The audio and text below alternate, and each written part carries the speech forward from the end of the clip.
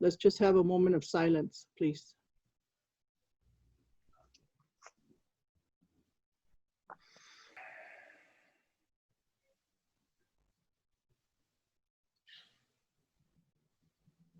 Welcome, everybody.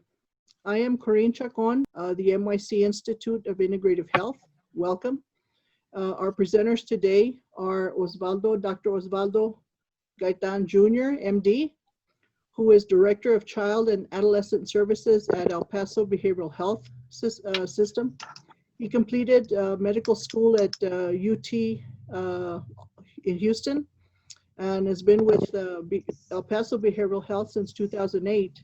We would like to acknowledge him because since the shooting, he has really stepped forward as a healthcare leader who really wants to involve the community through education. And it's essential in situations like this that the more we know, the faster, the more rapidly we can heal, and the greater service we can be to one another to recognize symptoms and situations where people can't necessarily verbalize what they're feeling or what they're going through. So thank you very much, Dr. Gaitan.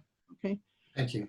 And our clinical director is Elizabeth Robles, who is an LPC and a certified thanatologist, which she attained the CT in 2019. She has had a private practice since 2013. She's long committed to expanding the role of healthcare professionals in the civic dialogue and in community development. She served on local, state, and federal committees addressing a variety of issues ranging from children's grief, access to health, farm worker quality of life, and human trafficking. And she serves as the clinical director for NYC Institute of Integrative Health. Okay, so welcome to both of you. Thank you so much. We're going to look at 3 questions, okay? So question number 1, in terms of traumatic grief, depression, and anxiety, Dr. Gaitan, what impacts are you seeing from the shooting 1 year later? Well, I think in our community, as with any traumatic experience, you're going to get a varying level of impact throughout the whole community. Of course, at its worst, you have probably seen, because of the shooting, some increase in depression, anxiety, and the biggest part of the anxiety response would be what we term in the field post-traumatic stress disorder, which is what people may suffer when a memory becomes embedded in our psyche and kind of hijacks the whole system, is the best way to think about what PTSD does. So anything that reminds you of that feeling, the emotion, the visual sense of what happened, and of course, an anniversary is one of those things that throughout any traumatic experience is going to bring up memories again. So that memory hijacks your system and you remained in a state of alert readiness, which our bodies are meant to do as a natural response to anything that scares us. So it's natural at the moment when you run into a snake, at the moment where something bad happened, or whether we saw it on TV or you were actually there in the actual Walmart, your brain gets flooded with all these stress hormones, your chemicals, your adrenaline, everything shoots up, and it's normal to be in that state for that moment. And either you fight, you freeze, or you flee. You do one of those 3 things, and it helps you get past that moment of trauma. The problem is that then when in the healthy way, that's the way we all respond, then slowly but surely we start letting it go.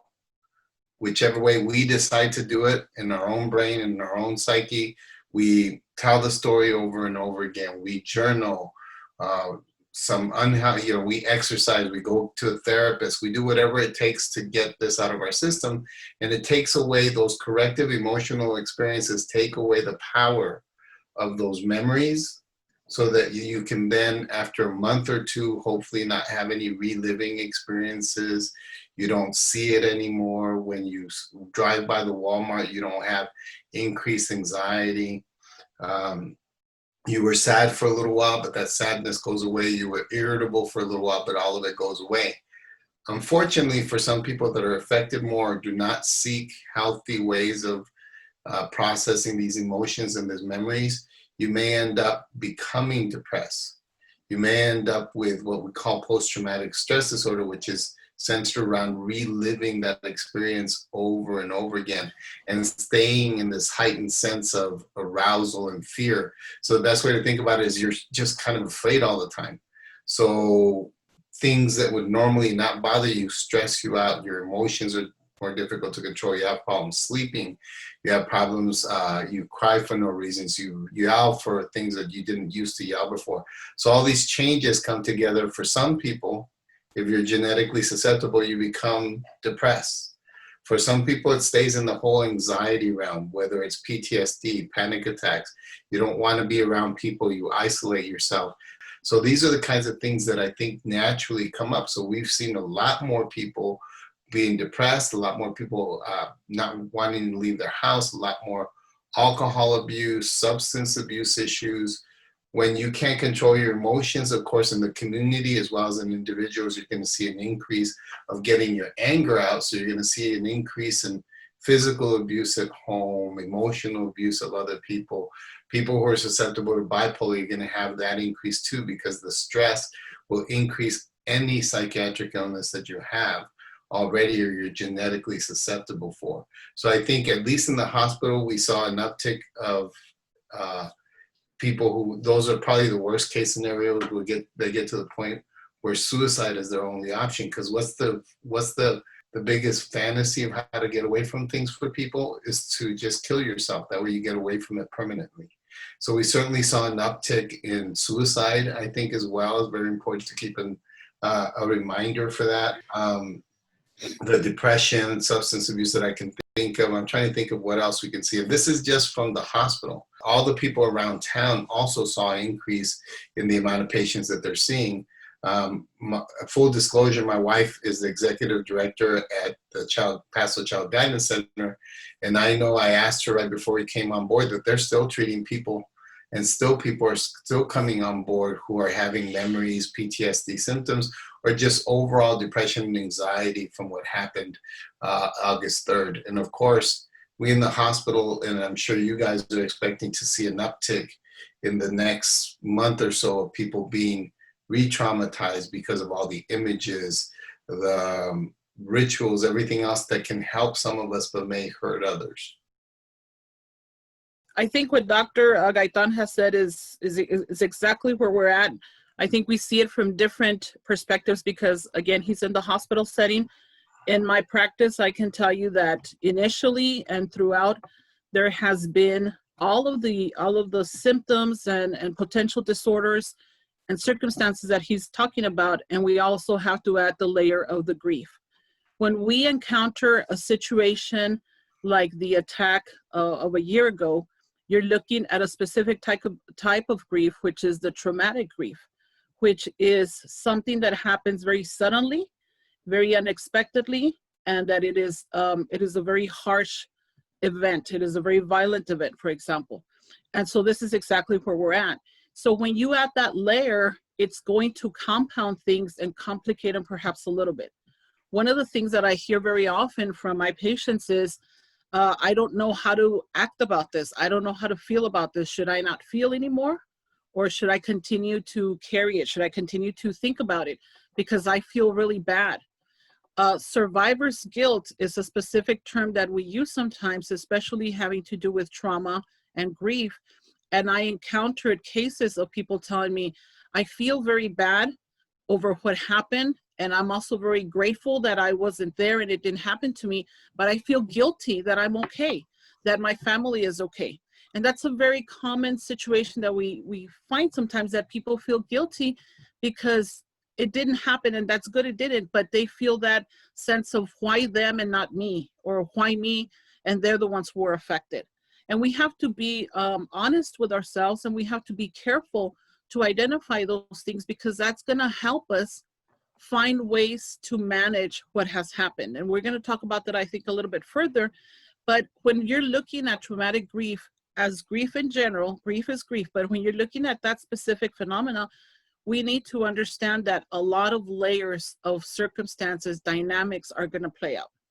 You're going to look at maybe guilt. You're going to look at anger. Why did it happen to us? How come us? And we know that as a community, we have to be realistic. It was a targeted event. It had a reason for it. And we could have been, you know, Filipinos or Germans or Australians or whatever, but it was targeted. And so that adds to the layer of what Dr. Gaitan spoke about, the anxiety, the frustration, the potential for post-traumatic stress. Now, not everyone is going to suffer or go through or feel the same symptoms and it's going to be the same case, because it's going to depend on where we're at, who we are, our ability to cope with these issues, which we tend to call resiliency. You know, resiliency is actually an architectural term, and it's used in a clinical setting, but it's how much can we really take, how much of a hit can we take and be able to sustain it and be able to get through with it. So our resiliency is going to make a big difference in this grieving process and in this ability to go through what has happened even a year later. But, you know, the insomnia, the fear of going into a store, it doesn't have to be a Walmart. Sometimes we stereotype and we don't want to, but, you know, you can see two people or a person that looks suspicious in some way, and maybe they're white Caucasian. And so you feel like, oh my gosh, is something gonna happen? All those triggers are part of what has been left over after the event. Now, as Dr. Gaitan also mentioned, we hope that this resolves in a certain period of time, in a reasonable period of time. We don't want to give it a begin date and an end date, but usually in 2 or 3 months, you start seeing a decrease in all of these symptoms. If we don't see that, then we have to be honest with ourselves and say, well, maybe I need a little more help, or maybe I need to do something about this. And that's where mental health is so important, and keeping our own assessment, our own pulse on it, so that we make sure that we are feeling well, whatever that means for each of us, that we're managing the circumstance as best as we can. I have some people who were at the Walmart event. Event is the wrong word. The tragedy is probably the right word. And they are doing better to some extent, some of them, regarding that specific day. But again, when something happens to us, it wasn't like we were born that moment and we don't have any other issue happening to us. There's other things that are affecting it. So it has compounded whatever it is that they were already going through. Some people are feeling better. Some people have been able to drive by Walmart. Maybe some have even gone inside or another Walmart, but it's just going to depend. But the grief is something that we need to acknowledge, not so much to sit on our little pity party, ay, pobrecito me, something happened or this happened to my community, but it's to acknowledge and validate.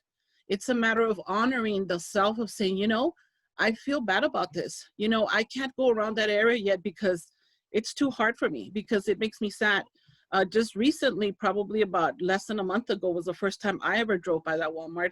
And we went to the site of the memorial because my mother-in-law asked, can you take me? So we took her. And I was a little hesitant, I'll be honest with you, because I did work a lot those days right after regarding the incident. And I was not real comfortable with going, but once I was there, it was much easier, and things just kind of flowed, and we kind of stood there, had a moment, and then we left. And so everyone is going to cope with it how everyone needs to. And we know ourselves better than anybody else, but we must acknowledge that grief. We must acknowledge that our city has changed. Our community has changed. I don't know about you all, but I think when I hear of a shooting somewhere else, and it happens every day, it kind of takes me back to all the details of what happened a year ago, because I had never experienced that. I would hear there was a shooting.